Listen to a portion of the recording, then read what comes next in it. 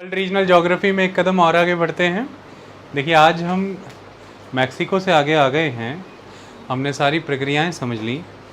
हम कैरेबियन करेंगे। Today we will do the Caribbean system. So ये कैसा मार्कर है भाई? इसमें तो कुछ है ही नहीं। कैरेबियन के अंदर हम केस स्टडीज़ के रूप में स्टार्टिंग में क्यूबा को उठाएंगे। Cuba is the matter. So world regional geography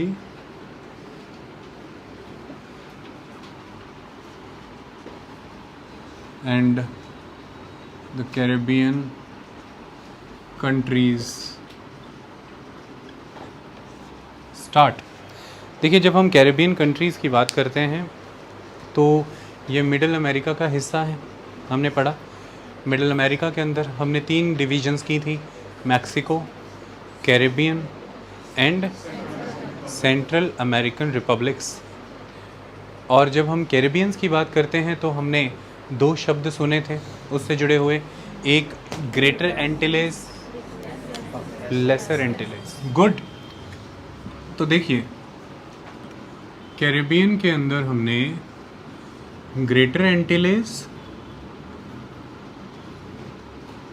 and lesser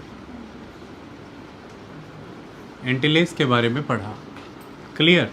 हम जब ग्रेटर एंटिलेस की बात करते हैं तो ओवरऑल जो कैरेबियन जो है ये आइलैंड्स हैं। हम आइलैंड नेशंस के बारे में पढ़ने जा रहे हैं। कैरेबियन अपने आप में एक सी है, the Caribbean sea, very pristine sea. Greater Antilles के अंदर 4 बड़े आइलैंड आते हैं, 4 बड़े। तो जैसे पहला जो है that is the Cuba, second one is the Jamaica, third one is the Hispaniola, and the fourth one is Puerto Rico। इस हिस्पैनियोला के अंदर 2 मुल्क आ जाते हैं। इसका वेस्ट वाला जो है दैट इज़ हेती, और ईस्ट वाला जो है Dominican and Republic. Okay, good. Dominican Republic. तो कंट्रीज़ हो गई Cuba, Jamaica, Haiti, Dominican Republic और पोर्टो रिको। ये यूएस टेरिटरी है, या आप इसे कॉमनवेल्थ ऑफ पोर्टो रिको कह लीजिए। ओके, तो ये यूएस टेरिटरी है। It is clear. इनकी बात होती है। इसके अलावा जिनकी बात होती है वो है लेसर एंटिलेस। और ये कौन है? ये ईस्टर्न एंड साउदर्न आइलैंड्स हैं, छोटे छोटे। तो ये लेसर मने स्मॉल आइलैंड्स हैं, ईस्टर्न और साउदर्न। इसमें अगर हम बात करें तो ईस्टर्न आइलैंड्स में जो एक आइलैंड बहामास है वो टेक्निकली तो अटलांटिक का हिस्सा है, लेकिन हम उसे स्टडी कैरेबियन आइलैंड्स में करते हैं। ओके। और उसके बाद नीचे के आइलैंड्स हैं, मैं दिखा देना चाहता हूँ आपको, टेंशन ना लीजिए। हम अब इसके बारे में बात करेंगे, सबके बारे में पढ़ेंगे। सबसे पहले हम देखें कि हम किस क्षेत्र को पढ़ रहे हैं, हम किस रीजन को समझ रहे हैं। उस रीजन के बारे में मैं एक इमेज आपके लिए लेकर के आया हूँ जो कि आपकी बहुत मदद कर देगा। It's a beautiful image. अभी आपको इन सभी आइलैंड्स के नाम सुनने हैं और आपको फिर ये पता होने चाहिए कहाँ पर थे। हाँ, ये कुछ ज़्यादा बड़ा होगा। तो देखिए, ध्यान से देखिए, यहाँ पर ये तो क्लियर ही हो गया कि ये Cuba, Jamaica, Hispaniola, Puerto Rico, ये सारा ग्रेटर एंटिलेस हो गया। और इस हिस्पैनियोला में वेस्ट में हेती और ईस्ट में Dominican Republic. Is that clear? Good. और इसके अलावा अगर हम यहाँ आ जाते हैं तो देखिए, यहाँ सबसे ऊपर बरमूडा है। यहाँ पर देखिए बरमूडा, यहाँ से शुरू हुआ बहामास से। तो बहामास से शुरू होकर के ये नीचे तक जितने भी आइलैंड हैं सारे, और इसको हम अगर ऐसा कर दें तो ये हैं, देखिए So the eastern and the southern. The eastern and the southern. So I want to show you something.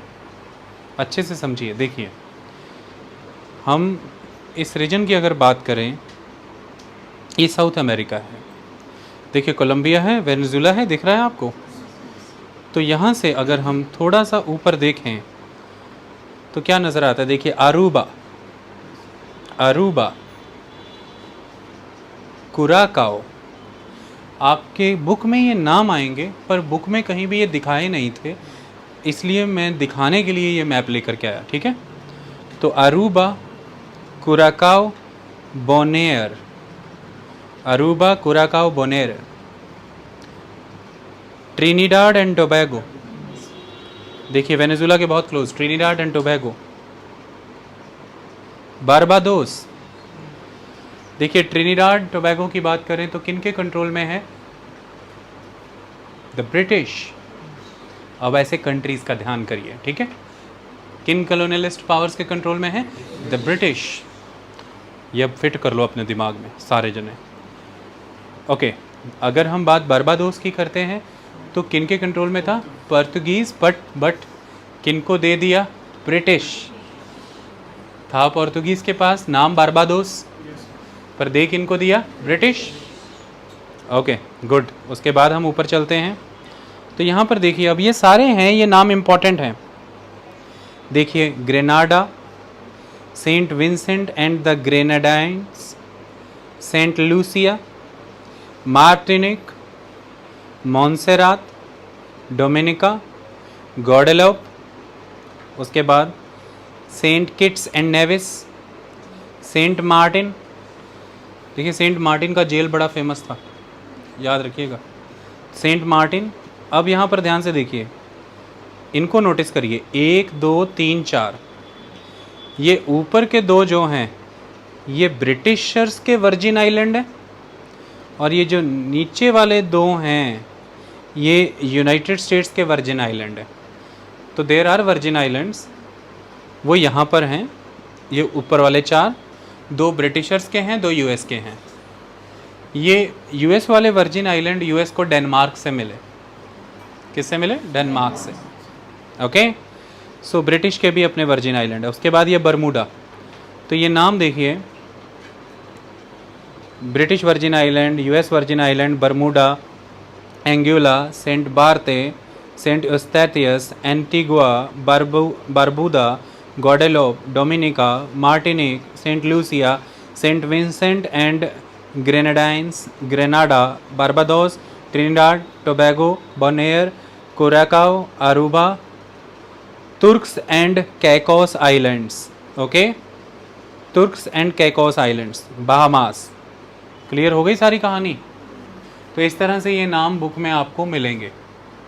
जैसे कैसे मिलेंगे वो मैं आपको बता देता हूँ, ध्यान से समझिए। जब आप बुक के वाया जाएंगे, सीधे चलते हैं इधर उधर जाने की बजाय,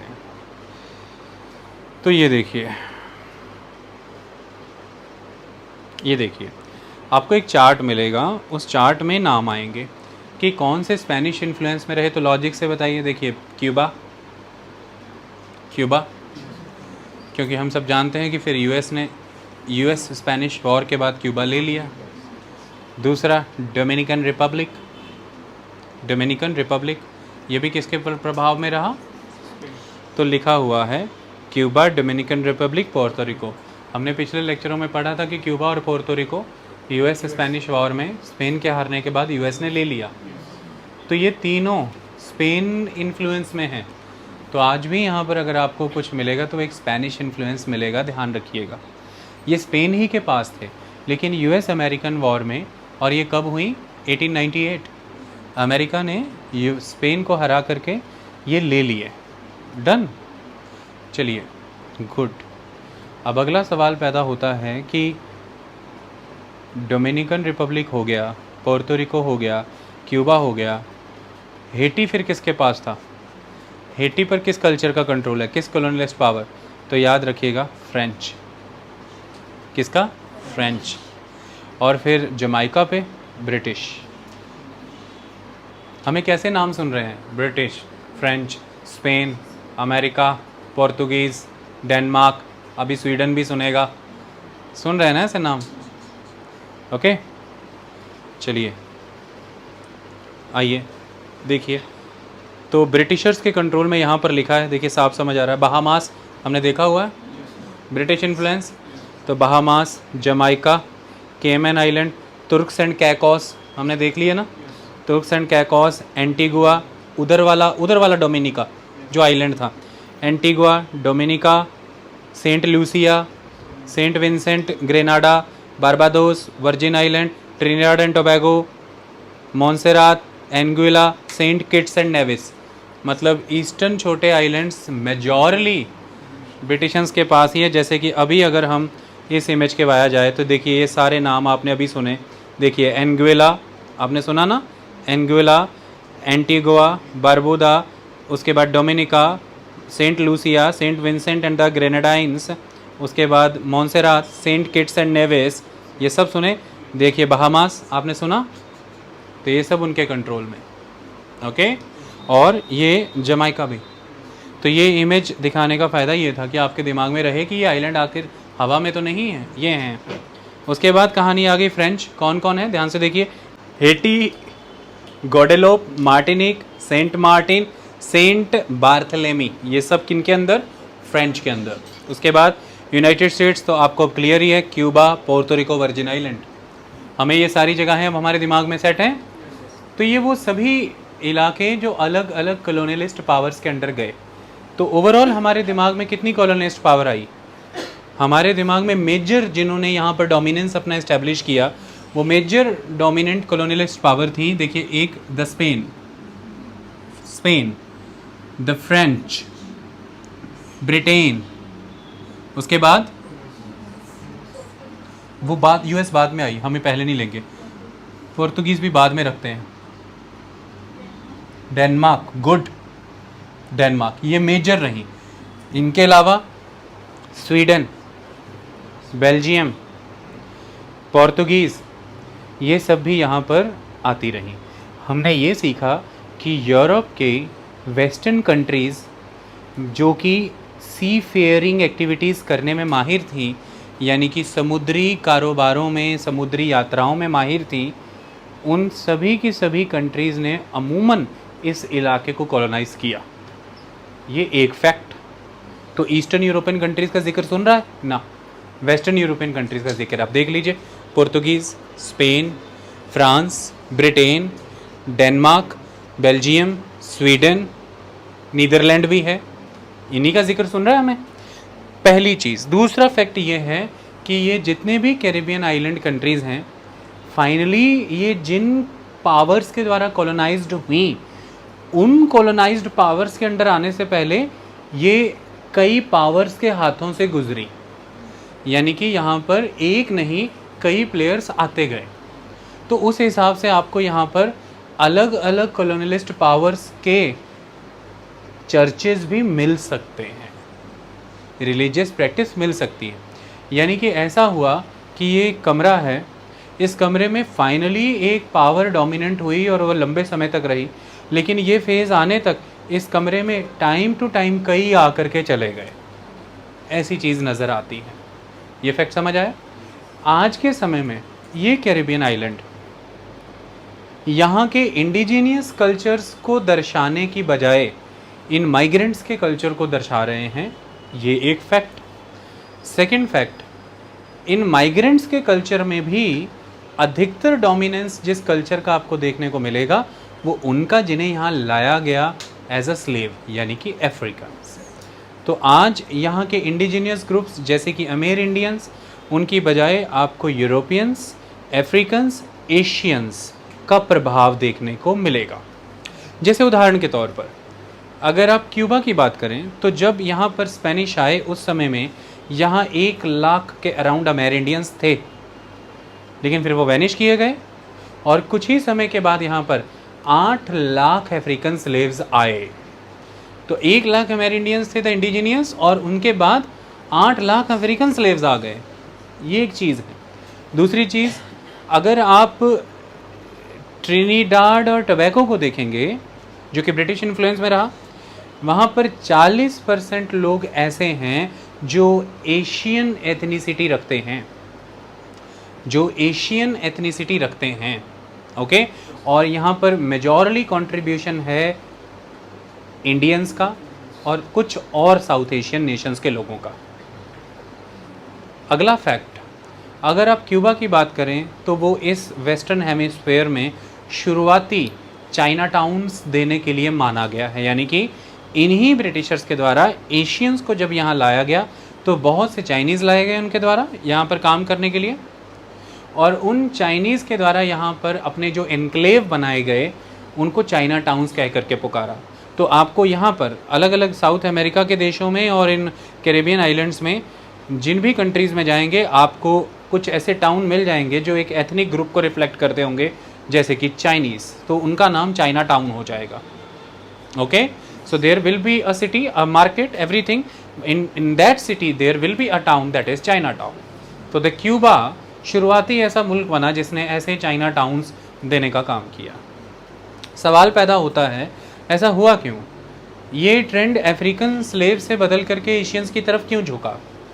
देखिए, एक लंबे समय तक स्लेवरी चली, लेकिन in the mid of the 19th century, यानी कि 1830 ऑनवर्ड्स, 1830 के आगे स्लेवरी को ख़त्म करने के कानून आ गए थे।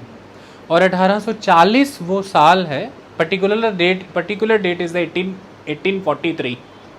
तो ये वो समय है जब विश्व भर से स्लेवरी ख़त्म कर दी गई, ऐसा कहा गया, कानून आ गए थे। तो ऐसे में स्लेवरी तो आगे नहीं कंटिन्यू हो सकती, तो इसका दूसरा उपाय निकाला द इंडेंचर्ड लेबर।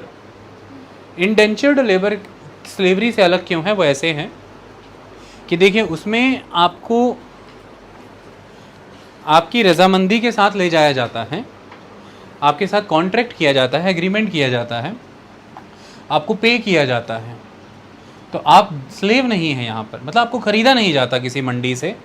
और ऐसा नहीं है कि आपको पे ना किया जाए, ऐसा नहीं है कि आप गुलाम नहीं हैं, तो फिर ये स्लेवरी से तो अलग है। बट ये उस समय की नियर टू स्लेवरी ही हुई। कैसे?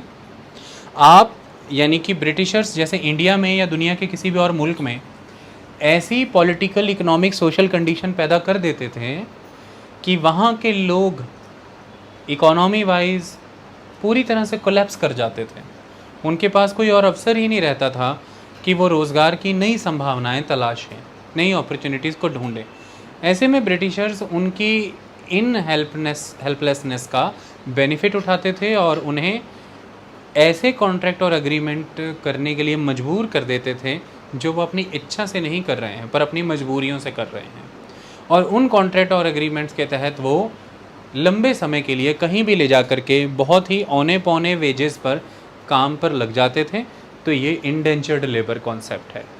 तो इस तरह से जब स्लेवरी ख़त्म हुई तो यूरोपियंस के उन प्लांटेशन एग्रीकल्चरल मॉडल्स को आगे सस्टेन कराने का काम इंडेंचर्ड लेबर्स ने किया। और ये इंडेंचर्ड लेबर्स बड़े स्तर पर एशिया से लाई गई और उनमें भूमिका चीन की भी है, भारत की भी है और साउथ ईस्ट एशियाई मुल्कों की भी है। इसी कारण से आपको इन कैरेबियन आइलैंड्स एरिया में भारतीय भी मिल सकते हैं और चीनी भी मिल सकते हैं, साउथ एशिया के कुछ और एथनिक ग्रुप्स भी मिल सकते हैं, तो वो भी यहाँ पर रहते हैं। आई बात समझ में? जैसे कि ट्रिनिडाड एंड टोबागो में बेअंत लोग हिंदू रिलीजन फॉलो करते हैं, यानी कि वहाँ पर बड़े पैमाने पर लोग हिंदू धार्मिक मान्यताओं से जुड़े लोग हैं। और उन्हें कब ले जाया गया? उन्हें उस 19th सेंचुरी के दौरान यहाँ से वहाँ ले जाया गया ब्रिटिशर्स के द्वारा कामकाज के लिए, जिस समय में स्लेवरी का अंत हो गया था और फिर उन्हें नए फॉर्म ऑफ लेबर की ज़रूरत थी और वो इंडेंचर्ड लेबर थी, क्योंकि इंडिया उस समय में ब्रिटिशर्स की कॉलोनी थी। तो यानी कि इस सिस्टम ऑफ कॉलोनियलिज्म ने कितना प्रभावित किया है कैरेबियन को, आप इमेजिन करिए। इसी कॉलोनियलिज्म ने अपने कैपिटलिस्ट इंटरेस्ट को सर्व करने के लिए एक समय पर इस क्षेत्र को स्लेव से भर दिया। इसी कॉलोनियलिज्म ने दूसरे समय में इसे इंडेंचर्ड लेबर से भर दिया और इसी के कारण तमाम दुनिया भर के एथनिक ग्रुप्स यहाँ पहुँच गए और वो आज यहाँ की जनसंख्या का हिस्सा है। इसी कॉलोनियलिज्म ने यहाँ की इकोनॉमिक डायमेंशंस को ऑक्यूपेशनल पैटर्न को भी निर्धारित किया। जैसे कि हम अगर इस पूरे के पूरे कैरेबियन सी रीजन की बात करें तो यहाँ पर आने वाले इन आइलैंड्स को हम मेनलैंड और रिमलैंड कल्चर के अंदर डील करते हैं। और ये मेनलैंड रिमलैंड कल्चर एक्चुअली में है क्या, ये दिखलाता है the colonial dynamics and the economic occupational pattern.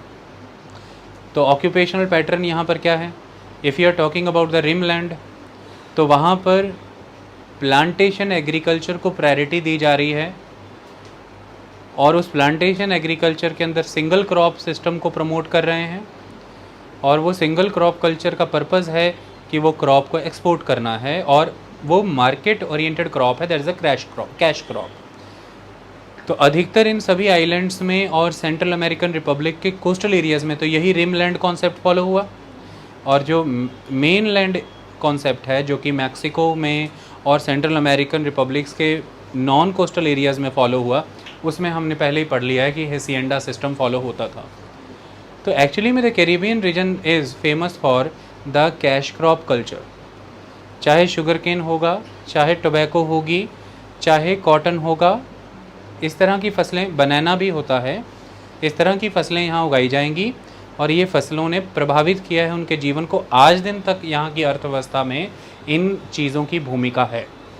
आज आप 2022 में हैं, still 17th century, 18th century, 19th century से चली आ रही प्रथाओं ने आज तक इन मुल्कों को प्रभावित कर रखा है। इतनी बात समझ में आई?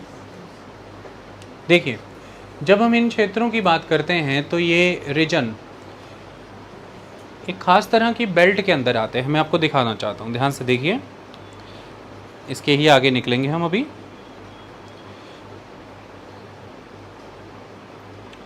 बहुत अच्छे से चीज़ों को समझना है क्योंकि अपना पर्पज़ इस सारे कॉन्सेप्ट को रट्टा मारना नहीं है, हमारा पर्पज़ एक मेंटल मैच्योरिटी क्रिएट करना है। देखिए, अगर हम इस फिगर को देखें तो ये पूरे वर्ल्ड के अंदर साइक्लोन्स का पैटर्न बताता है। ये साइक्लोन्स की बेल्ट है एक तरह से। लुक एट दिस मैप, जिसे आप अगर पैसिफिक रीजन में पुकार रहे हैं तो इट इज़ टाइकून, अगर आप उसे इंडियन ओशन रीजन में पुकार रहे हैं तो इट इज़ साइक्लोन, और अगर आप उसे अटलांटिक ओशन रीजन में पुकार रहे हैं तो इट इज़ हरिकेन। तो तीनों ओशियंस के मुताबिक नाम बदल गए हैं। अटलांटिक में हरिकेन, पैसिफिक में टाइकून एंड इंडियन में साइक्लोन। यहाँ पर लिखा हुआ है, देखिए,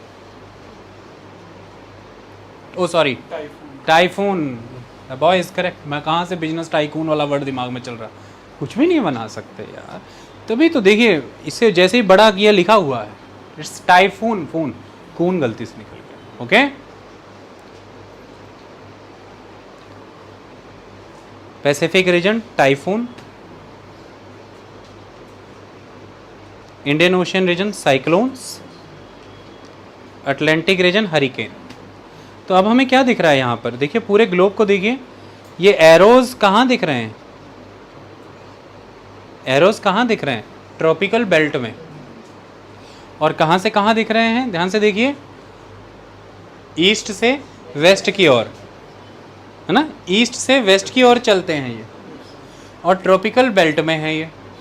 तो ऐसे में अब मैं यहाँ इस रीजन को बड़ा करूँ तो देखिए, ये दो नीले एरो को देखिए, और यहाँ पर वो ग्रेटर एंटीलेज दिख रहे होंगे, लेसर तो दिख नहीं रहे। तो ग्रेटर एंटीलेज एग्जैक्टली कहाँ फॉल कर रहे हैं? हरिकेन बेल्ट में फॉल कर रहे हैं। बड़े भयंकर हरिकेन आते हैं यहाँ पर, जिंदगी को लील लेने में कामयाब हैं। सो प्रॉपर्टी, जान का और माल का, यानी कि लाइफ एंड प्रॉपर्टी को, वेल्थ को बहुत थ्रेट है इन चीज़ों से। तो ये नेचुरल डिज़ास्टर वल्नरेबल एरियाज़ हैं। जैसे हमने पहले ही पढ़ा था कि ये region is vulnerable to the tectonic movements, that is the earthquake and the very famous Haiti earthquake of 2010। Okay, हाँ 2010, आगे जाके पढ़ोगे, अभी आया नहीं। एंड द हरिकेन्स, जैसे क्यूबा में द 2008 हरिकेन गुस्ताव। तो इस तरह से हरिकेन्स, अर्थक्वेक्स, ये सब चीज़ें यहाँ पर प्रभावित करती हैं। तो this region is vulnerable to the natural disasters and the two prominent natural disasters are the hurricanes and the earthquakes, volcanoes, okay, basically tectonic events. इतनी बात clear? Is there any problem? So we are talking about the greater and the lesser Antilles. Okay, region clear हो गया? चलिए अब आपको reason proper clear कराते हैं, चीज़ों को थोड़ा और अच्छे से समझ लेते हैं। जब आप इन आइलैंड्स की बात करते हैं, मुझे ऐसा लगता है कि कैरेबियन से जुड़ा हुआ कोई पर्टिकुलर मैप है, शायद है ऐसा कोई बुक के अंदर है? नहीं है? ओके, लिखो इनको, लिखो फिर यार, इनको रिकमेंडेशन लिखा करो कि मैप बनाओ, मेरी पढ़ाई बर्बाद हो रही है। हाँ, ये बॉक्स वॉक्स में गया। चलो आओ यार, कोई बात नहीं, इधर आ जाओ, ये देखो। ओके, अब मैप से आते हैं। देखिए सब स्पष्ट हो गया। ये देखिए ग्रेटर एंटिलेज मैक्सिको के युकातान पेनिनसुला से इन्हें सेपरेट करता है द युकातान चैनल, है कि नहीं? यहाँ पर देखिए, this one is the Caribbean sea. तो साउथ अमेरिकन कॉन्टिनेंट और इन कैरेबियन के बीच में कैरेबियन सी आ जाता है कि नहीं? और ये सारे के सारे एग्जैक्टली आइलैंड्स की तरह एग्जिस्ट करते हैं। Okay, they are working as dealing as an island. तो अगर हम ध्यान से देखें तो क्या हम हेटी और डोमिनिकन रिपब्लिक को आइलैंड कह सकते हैं? नो। हाँ, देखो कैसे वेब सीरीज़ की तरह आंसर करती हैं, नो। ओके, नहीं कह सकते। गुड, क्योंकि हेटी की जो ईस्टर्न साइड है वो तो लैंडलॉक्ड है, उसे डोमिनिकन रिपब्लिक कवर कर रहा है, और डोमिनिकन रिपब्लिक की वेस्टर्न साइड भी लैंडलॉक्ड है। सो दे आर नॉट आइलैंड्स, क्योंकि 3 साइड से पानी से घिरे हैं पर चौथी साइड से नहीं। So you can better call them the peninsulas. हाँ, ओवरऑल अगर आप इसे हिस्पैनियोला कहते हैं तो ये फिर एक आइलैंड है। अगर जोड़ लेते हैं तो ये फिर क्या है? टीना, व्हाट इज दैट? अगर हम उसे क्या कहते हैं? हिस्पैनियोला। कुछ पानी पियो, 2 घूंट मारो पानी के।